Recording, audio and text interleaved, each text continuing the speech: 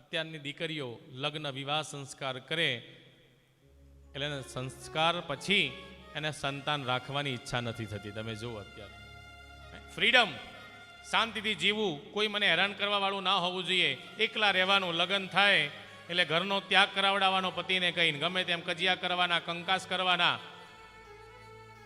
મા બાપથી અલગ રહેવા જતું રહેવાનું, ફ્રીડમથી જીવવાનું, ઝોમેટો ઉપર ખાવા મંગાવવાનું, બસ ઘેર પડ્યા પાટ પડી રહેવાનું, બસ બીજું કંઈ નહીં, શાંતિથી મોબાઈલ મચેડવાનો. ઘરના લોકો કહે કે હવે તો લગ્ન થઈ ગયા છે, હવે તો સંતાનનો જન્મ કરાવો.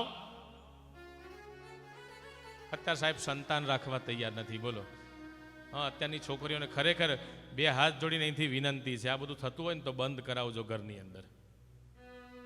કારણ કે તમે તમારા ધર્મનો અને તમારા કુળનો નાશ કરવા માટે બેઠા છો, યાદ રાખજો. કદાચ એક થાય તો બીજાનો વિચાર નહીં કરવાનો, એક થઈ ગયો હવે બીજું નહીં હચવાય એમ કરીને બીજું રાખવાય કોઈ તૈયાર નથી. સાહેબ વિચાર કરો, હે, હવે આગળની પેઢીઓમાં સાહેબ સંબંધ નહીં રહે. આજે તમારા કાકાનો સંબંધ છે, મામાનો સંબંધ છે, ફોઈનો સંબંધ છે, આ સંબંધો હવેની પેઢી નહીં ભોગવે. કારણ કે હશે જ નહીં, હોય તો ભોગવશે ને. બીજું સંતાન હોય તો કાકા થશે, બીજો દીકરો કે દીકરી હશે તો ફોઈબા થશે, તો ફુવા આવશે, તો માસી થશે. અત્યારે ધૂંધલી ઘેર ઘેર વધી છે સાહેબ.